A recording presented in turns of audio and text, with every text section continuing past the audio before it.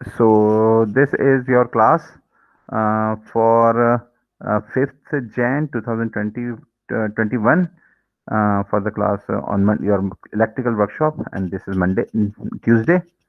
तो आज हमारी आज लैब है लैब नंबर 10, और इस लैब के अंदर आज हम इंट्रोडक्शन हासिल करेंगे for the software of Proteus. अब प्रोटियस क्या सॉफ्टवेयर है? Proteus is a simulation software. इसकी शक्ल कुछ इस तरह की है, और इसकी जो पहली स्क्रीन आती है वो कहाँ पर आती है? पहली स्क्रीन ये रही।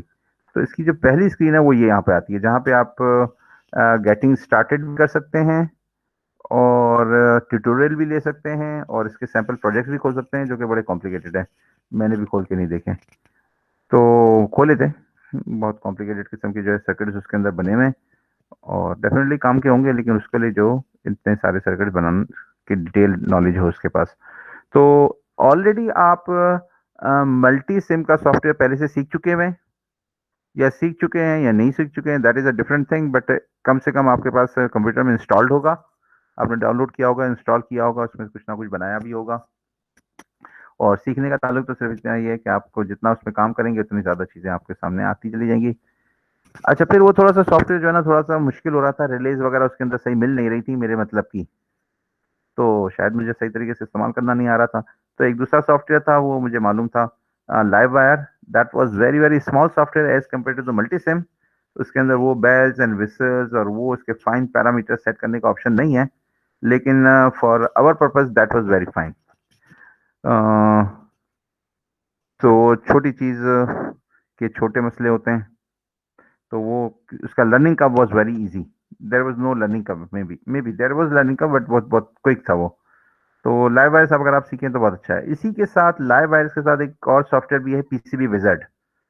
तो नेक्स्ट लैब में जहाँ पे हम पीसीबी की बातें करेंगे, तो उसमें हो सकता है हम लाइव विजार्ड को भी कवर कर लें, प्रोटियस को भी कवर कर लें। तो आज का जो सॉफ्टवेयर है वो इसकी स्क्रीन ये है, ये आप खोलेंगे, डाउनलोड करेंगे तो आपको पता लग जाएगा।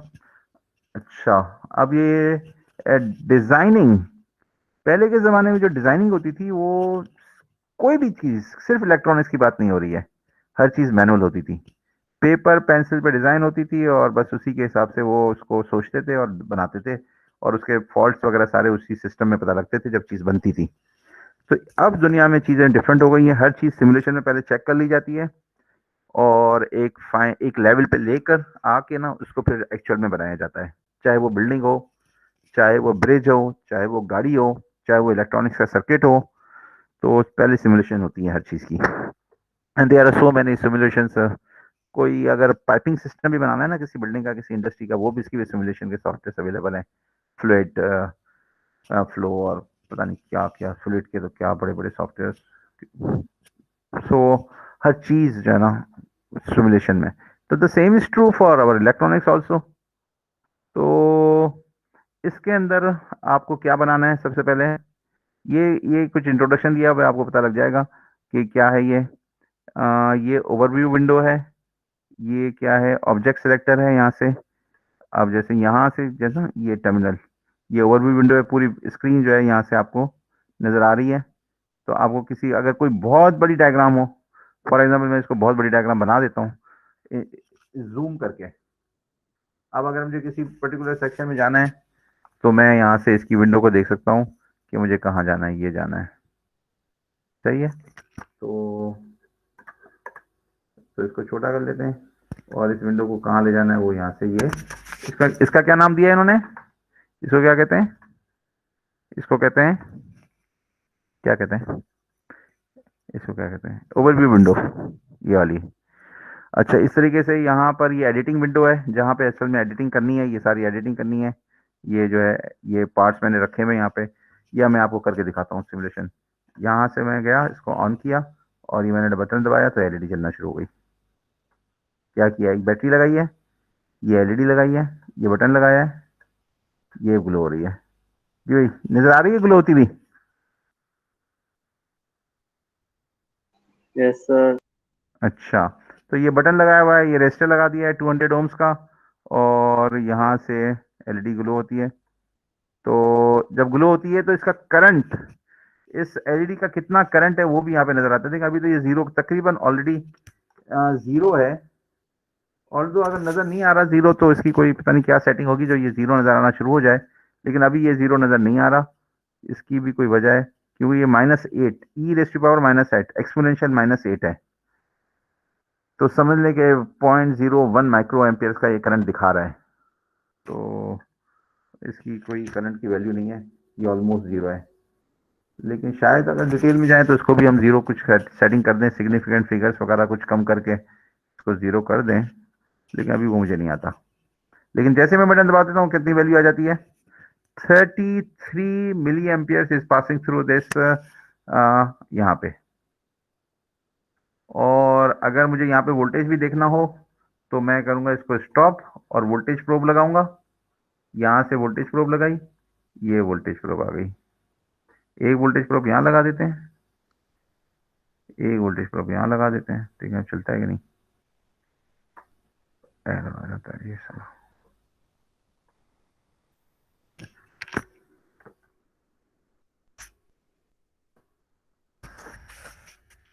अच्छा तो कहाँ गई वोल्टेज प्रोब, ये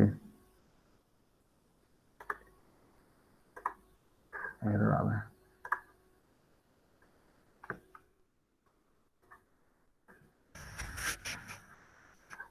अच्छा अभी मैं सिखाता हूँ आपको वोल्टेज प्रोब लगाना। तो ये स्टॉप किया। अच्छा तो अब यहाँ पे मैंने जब बटन इसको प्ले किया यहाँ पे, तो ये करंट आ गया 0.33 एम्पियर यहाँ पे, ये वाला। ये है 9 तकरीबन हो गया ये। चल भाई नहीं ये नहीं है, कुछ स्क्रॉल विंडोज नहीं आ रही है इसके अंदर। अच्छा तो ये बटन दबाया तो ये जो करंट है ये कितना आ रहा है, 33 मिली एम्पियर्स। एम्पियर में दे रहा है ना ये इस वक्त, तो ये 33 मिली एम्पियर्स हो गया यहाँ पर, ये यहाँ पर 33 मिली एम्पियर्स।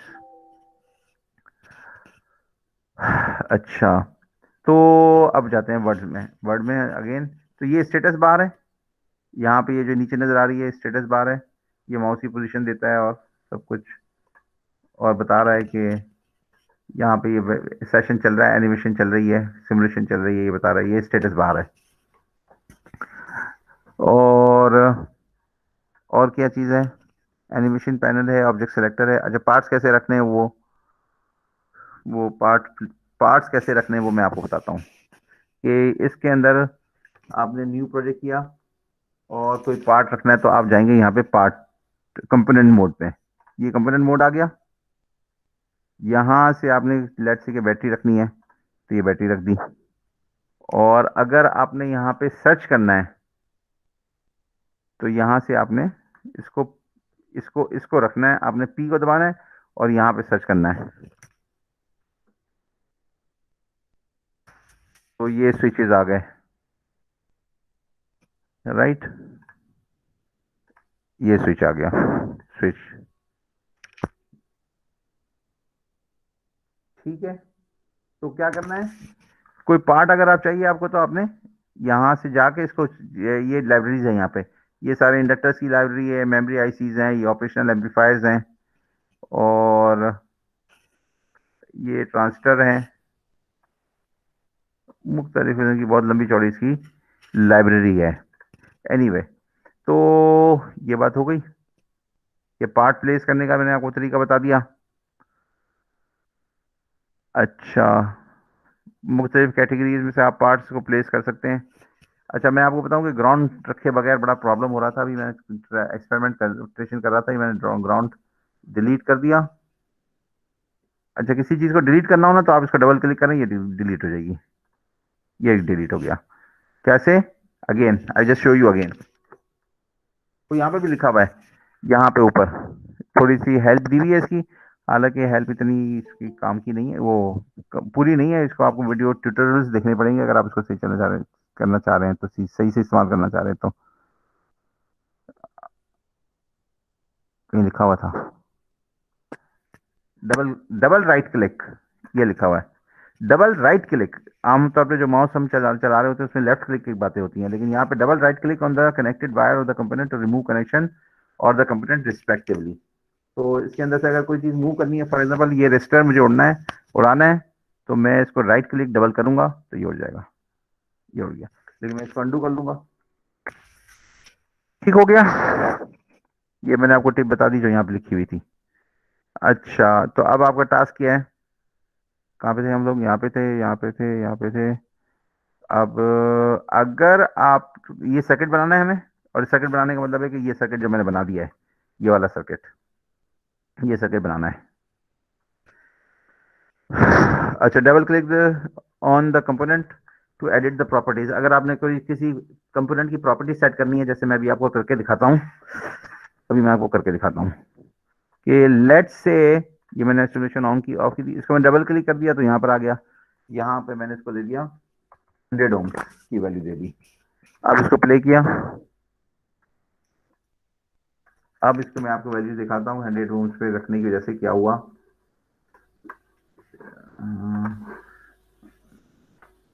अच्छा, वो जो आगे पीछे करने का स्क्रॉल पास नहीं आ रही है, मुझे समझ नहीं आ रहा कैसे। अब देखें कितना करंट हो गया, पहले 33 था, अब आ गया, ये देखें यहाँ पे करंट डबल हो गया ना, 33 से 66 मिली एम्पियर्स हो गया। 0.06 दिखा रहा है, लेकिन ये तो एम्पियर्स में है ना, तो ये 66 मिली एम्पियर हो गया तकरीबन, 65.9।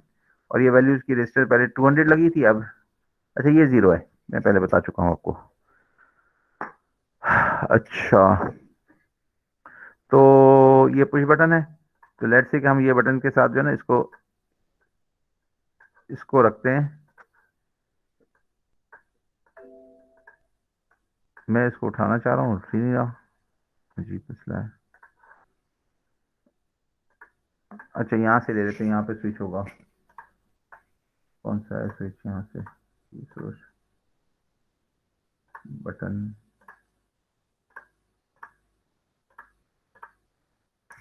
ये रहा स्विच, तो ये स्विच यहाँ से ले लेते हैं।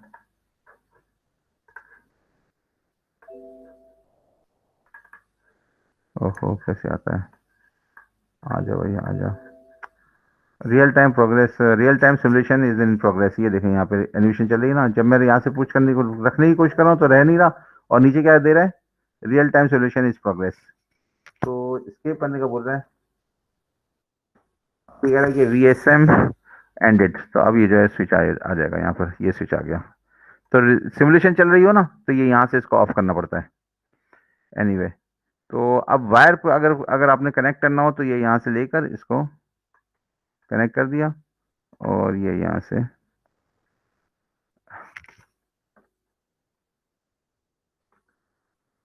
कनेक्ट कर दिया, बस। अब ये मैंने स्विच कनेक्ट कर दिया, मैं उम्मीद करता हूँ कि ये जो है डायरेक्ट करंट यहाँ से, ये मैं डायरेक्ट करंट आ गया। और अगर अब मैं पुश पुश बटन दबाता हूँ तो थोड़ा सा फर्क पड़ रहा है। ये क्यों पड़ रहा है, ये क्यों पड़ रहा है फर्क? हालांकि स्विच तो पहले से कनेक्टेड है। ये बता रहा है कि इसके अंदर इन्होंने स्विच की रेजिस्टेंसेस के अंदर भी डाली हुई है। इसके अंदर इन्होंने पूरे मॉडल को बहुत ज्यादा डिटेल में डाला हुआ है। अब देखें, ये है 65.9, 0.0659, और यहाँ पे 66 आ रहा है, तो ये दोनों में फर्क क्या है? हालांकि है तो दोनों स्विच। तो लाइव वायर्स के अंदर आपको ये पैरामीटर्स की डिटेल नहीं मिलेगी। इसमें पैरामीटर में क्या डिटेल है? इस पैरामीटर में डिटेल ये है कि स्विच जब ऑन होगा तो इसकी रेजिस्टेंस कितनी होगी। तो ये सारी डिटेल यहाँ पे मौजूद है। इसका मतलब है कि ये बड़ा जो है सॉफ्टवेयर, बड़े बेल्स एंड विसल्स वाला है ये। इसके अंदर बहुत सारे पैरामीटर्स हैं। इसको मैंने स्टॉप किया, और मैं चाह रहा हूँ इसको, ओहो, स्विच करने नहीं दे रहा, डबल क्लिक नहीं करने दे रहा, प्रॉपर्टीज में नहीं आने दे रहा, प्रॉपर्टीज टॉगल, हाँ, प्रॉपर्टीज एडिट कंपोनेंट। तो ऑन रेजिस्टेंस देखें यहाँ पे क्या लिखी हुई है। ऑन रेजिस्टेंस इसकी लिखी हुई है 100 मिली ओम्स, और ऑफ रेजिस्टेंस लिखी हुई है 100 मेगा ओम्स। तो इस वजह से यहाँ पे ये जीरो नहीं दिखा रहा आ रहा था। अब आप समझे क्या हुआ? अब इसकी ऑन रेजिस्टेंस देखें, अरे भाई चल भाई, चलो नहीं चल रहा तो क्या करें, एडिट प्रॉपर्टीज में चले जाते हैं, राइट क्लिक करके चला गया। अब देखें इसकी ऑन रेजिस्टेंस जो है ना काफी कम है, तो अगर इसको जीरो कर दें तो इसकी ऑन रेजिस्टेंस 0 हो जाएगी।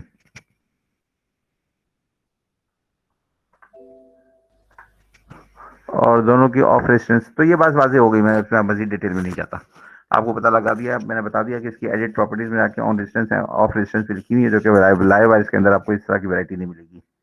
तो ये काफ़ी मशहूर सॉफ्टवेयर है, ये बड़ा सॉफ्टवेयर है और इंजीनियरिंग स्टूडेंट्स बहुत ज़्यादा इसको इस्तेमाल करते हैं इन लेटर सेमेस्टर्स, लेकिन मैंने आपको पहले से इसलिए टच दिया है वर्कशॉप के कोर्स में, ताकि आपको शुरू से ही इन सॉफ्टवेयर से थोड़ी सी आशनाई हासिल हो जाए।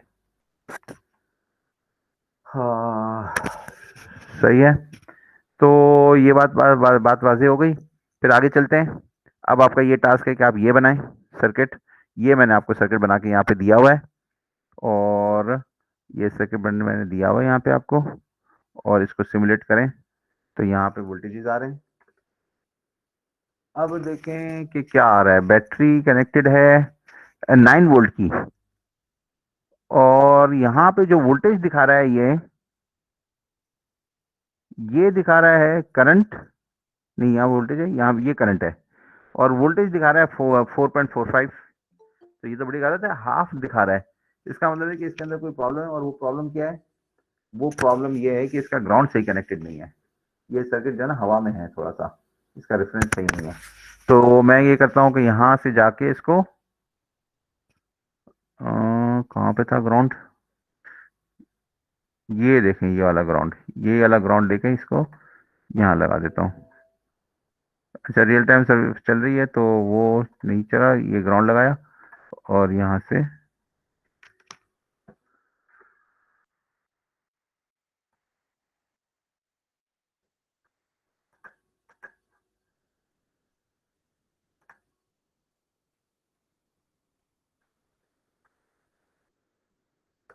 ये ग्राउंड लेके इसके ग्राउंड के साथ कनेक्ट कर दिया।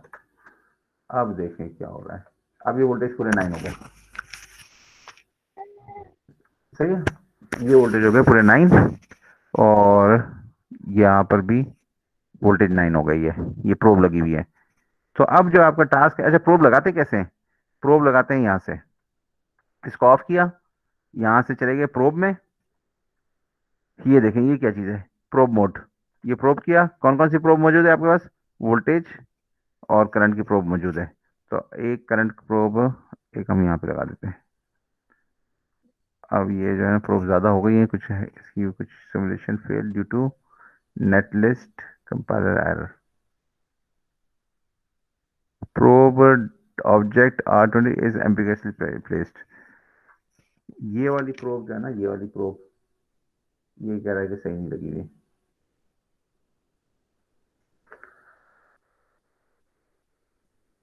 तो इश्यू है, प्रोब नहीं लगाने दे रहा।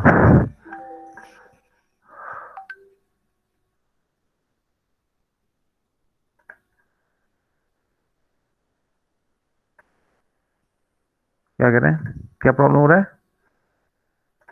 सर नेटवर्क प्रॉब्लम हो रहा है, इस प्लीज डिस्कनेक्ट हो रहा है। मैं अटेंडेंस मार्क कर लीजिएगा। Okay, okay, attendance is no problem.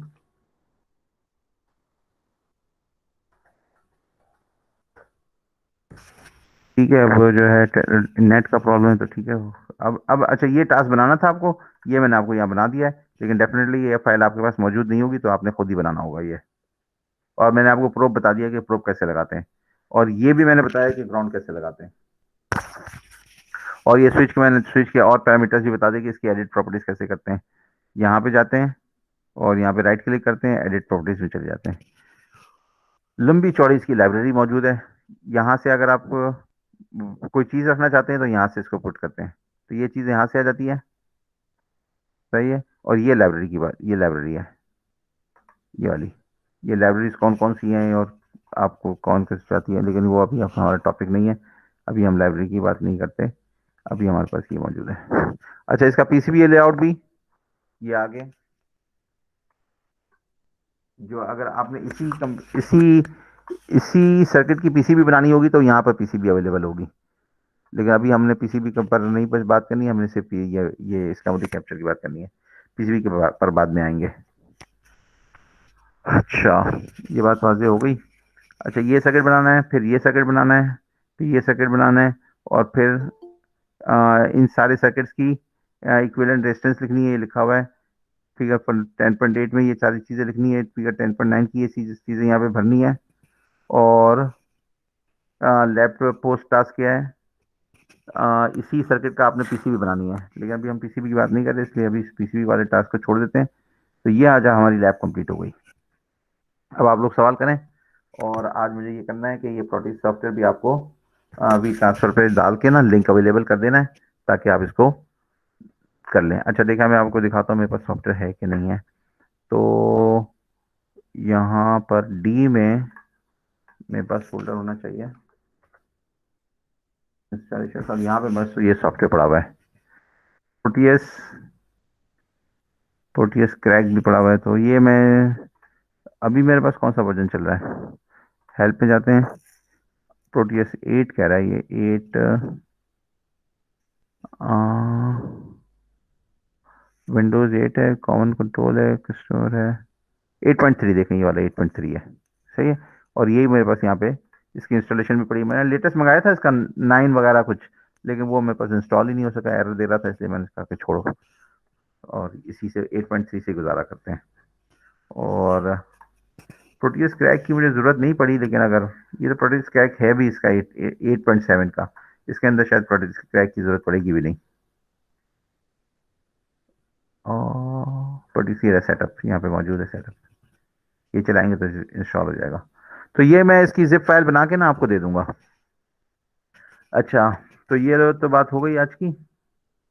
और अगली बात क्या करनी है, अगली बात ये करनी है कि प्रोब कैसे लगाते हैं। आपको मैंने बताया कि प्रोब यहाँ से लगाते हैं, यहाँ पे वोल्टेज प्रोब होती है और करंट प्रोब होती है, और भी इसके अंदर इंस्ट्रूमेंट्स हैं, ऑसिलोस्कोप वगैरह भी हैं। तो वो आपको इस वक्त मैंने नहीं बताया, लेकिन अब जितनी प्रैक्टिस करेंगे वो यहाँ से आपके पास आ जाएंगे।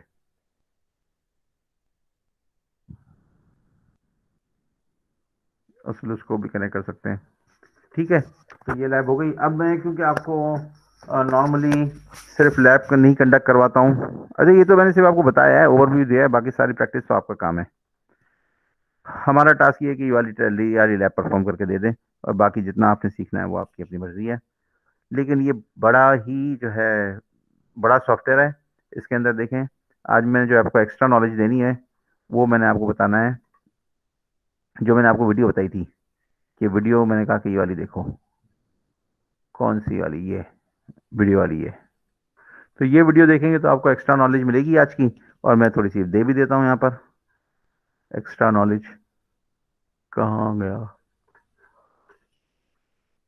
एक्स्ट्रा नॉलेज में आपको मैं बताना चाह रहा हूँ आज कि मोटर्स, डीसी सर्वो मोटर,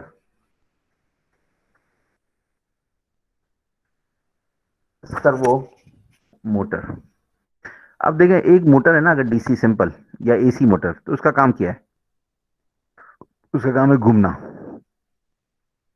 अब ये जो साइज में छोटी बड़ी मोटर है, इसका क्या मतलब है, इसका मतलब है कि ये कितनी पावर की मोटर है, कितने बड़े लोड को चला सकती है।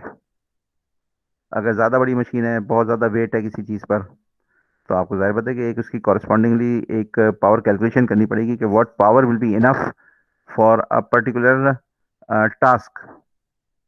तो छोटी मोटर जाहिर बात है बड़ी बड़े काम के लिए नहीं चल सकती है, लेकिन बड़ी मोटर भी कई छोटे काम के लिए चल सकती है, लेकिन छोटी मोटर तो कभी भी नहीं चल सकती बड़े काम के लिए। बड़े काम के मतलब क्या, हैवी लोड के लिए। लेकिन अगर लोड कम हो और आप उसके की जगह पे बड़ी मोटर लगा दें, तो sometimes it can just work, but sometimes की हो सकता है कि किसी स्पेस वगैरह की लिमिटेशन की वजह से वो वहां पे काम ना करे। तो आज मैं आपको बता रहा हूं कि डीसी मोटर सिंपल, वो क्या है, उसका काम है सिर्फ घूमना। एसी मोटर सिंपल, इसका काम क्या है, घूमना। लेकिन अगर आप किसी एक पर्टिकुलर स्पीड पे इसको घुमाना चाहते हैं, अच्छा, जो मोटर की स्पीड होती है ना, वो आरपीएम में काउंट होती है। RPM is what, RPM is rounds या revolutions per minute, revolutions per minute, yes, RPM is revolutions per minute.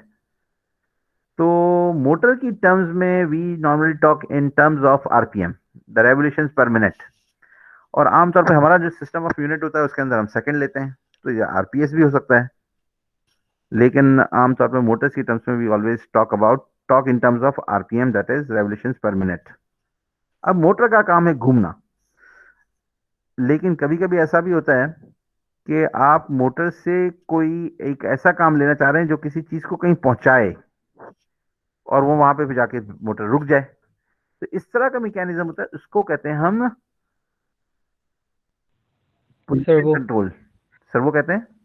और पोजीशन कंट्रोल और positioning control is a task of servo motor. अब सर्वो मोटर में ऐसा क्या होता है कि जाके उसको पता लग जाता है कि भाई इस जगह पे मैंने रुक जाना है। उसके अंदर होता है सर फीडबैक, फीडबैक इन्वॉल्व होता है। फीडबैक इन्वॉल्व होता है। सो फीडबैक जो होता है वो किस तरीके से, एक डीसी सर्वो मोटर की बात करते हैं, इमेजेस में जाते हैं। ये एक डीसी सर्वो मोटर, ये डीसी सर्वो मोटर डेफिनेटली है।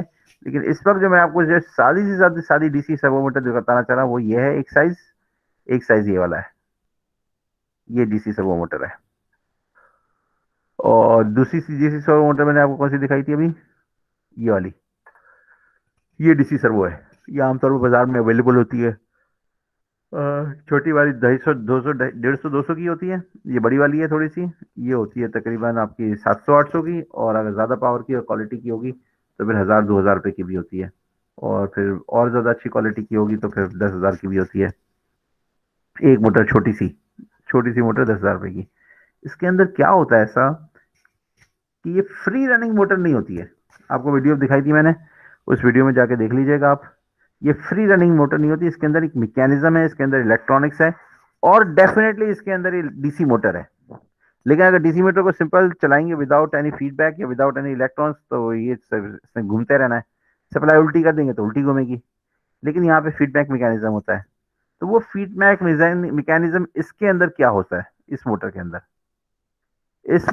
अंदर फीडबैक मैकेनिज्म एक वेरिएबल रेजिस्टर लगा हुआ होता है। तो होता यह है, एक गियर बॉक्स भी होता है इसके अंदर। ये देखिए, ये वाली मोटर के अंदर की कंस्ट्रक्शन है। होता यह है कि जब ये मोटर घूमती है ना, तो ये एक वेरिएबल रेजिस्टर को भी घुमाती है। उस वेरिएबल रेजिस्टर की पोजीशन से ये अपनी पोजीशन को कंट्रोल करती है। और जब वो वेरिएबल रेजिस्टर किसी पर्टिकुलर पोजीशन में आ जाता है तो फिर ये चलना बंद हो जाती है।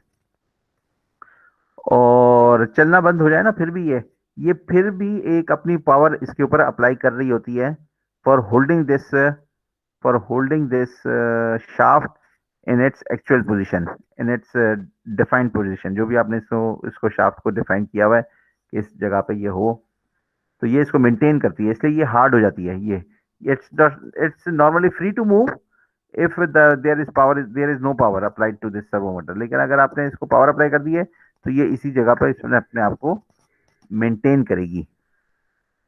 तो नॉर्मली ये मोटर्स आमतौर पर इस्तेमाल होती हैं आपके जो रेडियो वो होते हैं, एरोप्लेन्स मॉडल्स होते हैं, उसके रडर और उसकी टेल के लिए ये इस्तेमाल होती है।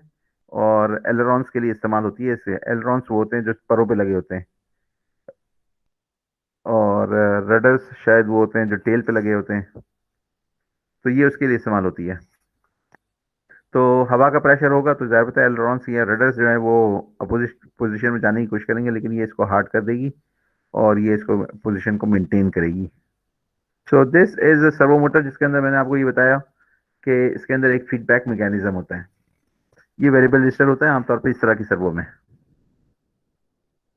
अदरवाइज इस तरह की सर्वो में ये होते हैं ना, ये वाले, सॉरी, ये वाले जो होते हैं इसके अंदर होते हैं वेरिएबल रजिस्टर। लेकिन अगर वो बड़ी वाली मोटर्स हैं इस तरह की, तो इसके अंदर इंकोडर्स होते हैं।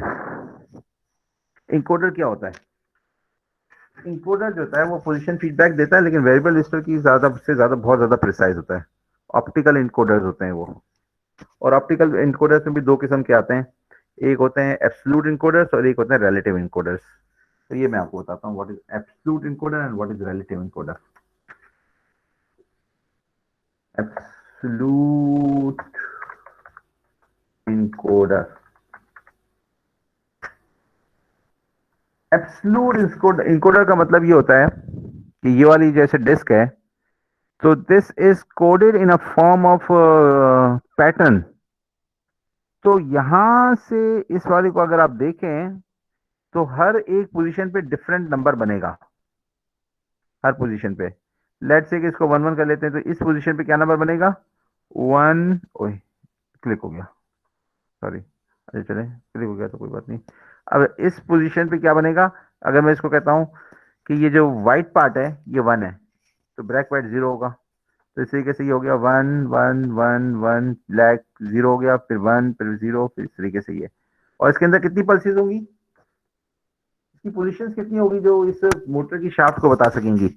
ये टोटल जो शाफ्ट पोजीशन होगी वो इतने, ये जो पैटर्न्स है ना, ये ऊपर आउटर मोस्ट पे, ये इसके हिसाब से पता लगेगा कि इसकी कितनी प्रिसाइजली आपको पोजीशन बता सकती है। तो ये लगता है कि लेट्स से कि ये 150 पल्सेस हैं, इसमें 150 पोजीशन हैं ऊपर, तो ये 150 पोजीशन पे आपको बता सकती है। तो ये होता है एब्सोल्यूट इनकोडर। इसके अलावा क्या दूसरा इनकोडर होता है? वो रिलेटिव इनकोडर होता है। रिलेटिव इनकोडर, रिलेटिव इनकोडर के अंदर कोई इंफॉर्मेशन ऐसे नहीं होता कि ये इस तरीके का पैटर्न बनाओ, बल्कि ये सिर्फ एक ही पैटर्न होता है। जैसे ये वाला पैटर्न है, ये बहुत प्रिसाइज है। इसके अंदर ये एक पैटर्न है और इसके ऊपर एलईडीज लगी हैं just to detect the hole और नो होल। तो ये जो है, ये शाफ्ट बीच में ये डिस्क घूम रही है इंफ्रारेड लाइट सोर्स के दरमियान, यहाँ रही ये इंफ्रारेड लाइट सोर्स, और ये है इंफ्रारेड रिसीविंग रिसीविंग एलिमेंट्स इसके दरमियान। तो अगर ये नॉर्मली लाइट पास हो गई तो इसका मतलब है कि होल मौजूद है, होल में से लाइट पास हो जाएगी, और जो ब्लॉक एरिया होगा उसमें से लाइट पास नहीं होगी। तो this is called relative encoders. तो इस तरह की जो डीसी मोटर्स होती हैं, कहाँ गया?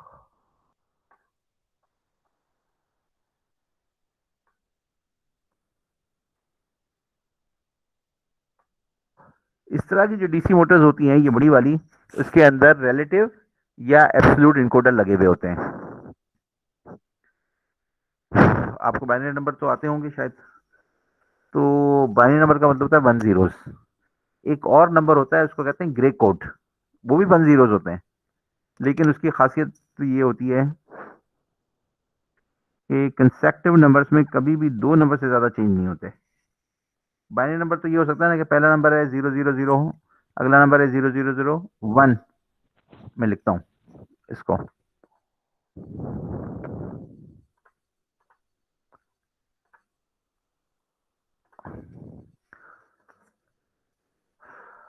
अब जैसे हमारे पास नंबर है 0 0 1, अगला नंबर क्या है? 0 0 1 0।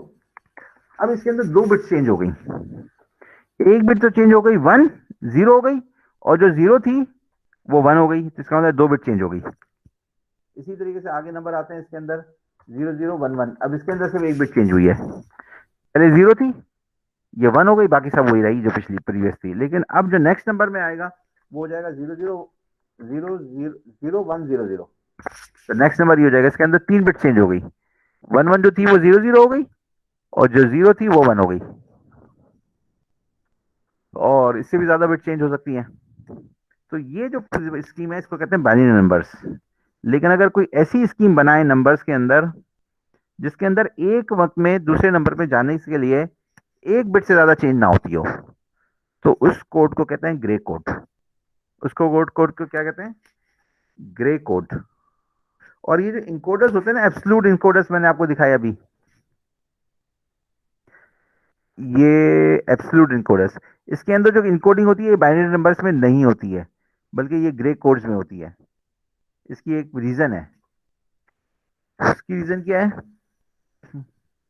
उसकी रीजन ये है कि एक वक्त में अगर ज्यादा नंबर ऑफ बिट्स अगर ये स्विच कर जाएंगी तो हम एरर डिटेक्ट नहीं कर सकेंगे। लेकिन अगर एक ही बिट स्विच होगी तो अगर कोई मिसअलाइनमेंट का एरर है वो डिटेक्ट हो जाएगा, और मिसअलाइनमेंट के एरर इतने ज्यादा सीवियर नहीं रहेंगे ग्रे कोड के अंदर। तो ग्रे कोड में सिर्फ और सिर्फ एक बिट चेंज होती है। अब मैं आपको ग्रे कोड दिखाता हूं।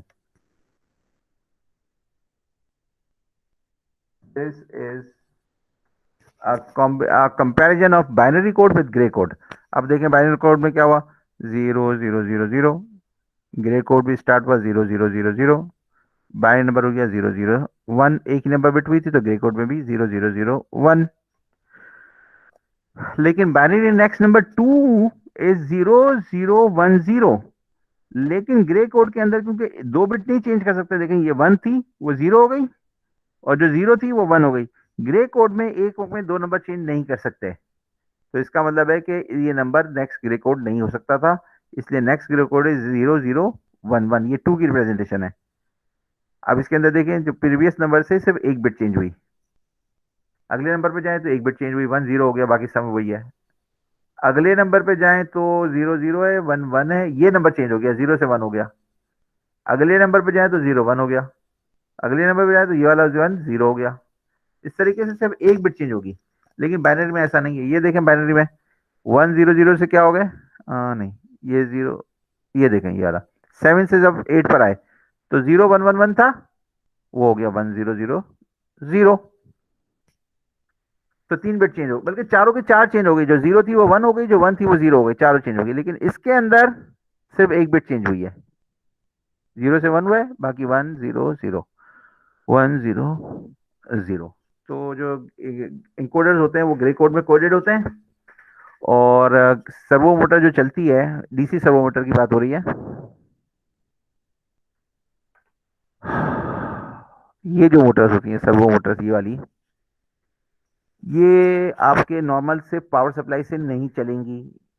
इसके लिए आपको एक इंटेलिजेंट सर्किटरी चाहिए, आर्डिनो टाइप की, वो इसके अंदर आपको कोड करना पड़ेगा, और फिर ये सर्वो मोटर चलेगी। इसके अलावा नहीं चलने का तरीका इसके पास कोई, यानी इलेक्ट्रॉनिक सर्किट या कंट्रोलर इंटेलिजेंट सर्किट इसके लिए जरूरी है।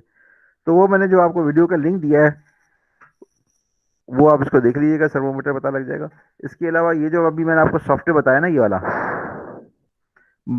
प्रोटियस, इसको कहते हैं प्रोटियस आइजेस, इसके अंदर आर्डिनो भी मौजूद है। अगर आप आर्डिनो पुट करना चाहें, प्लेस करना चाहें, तो आर्डिनो प्लेस कर सकते हैं।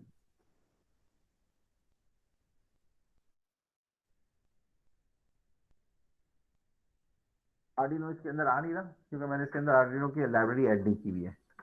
अगर लाइब्रेरी ऐड कर देंगे हम, तो लाइब्रेरी डाउनलोड करके मैंने पहले पहले ऐड की हुई थी अपने पास, अभी फिर मेरा पीसी रीसेट हो गया, इसलिए यहाँ पे इस वक्त इस वाले अंदर आर्डिनो लाइब्रेरी डाउनलोडेड नहीं है। अदरवाइज आर्डिनो इसके अंदर आ जाएगा, कोड भी इसके अंदर चला जाएगा प्रोटियस में, और यहीं से आर्डिनो चलना शुरू हो जाएगा।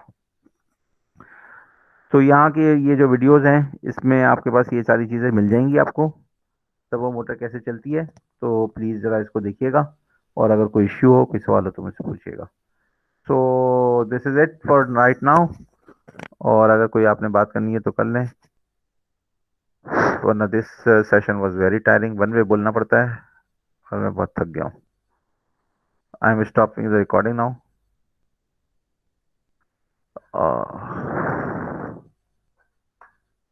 I am just stopping recording,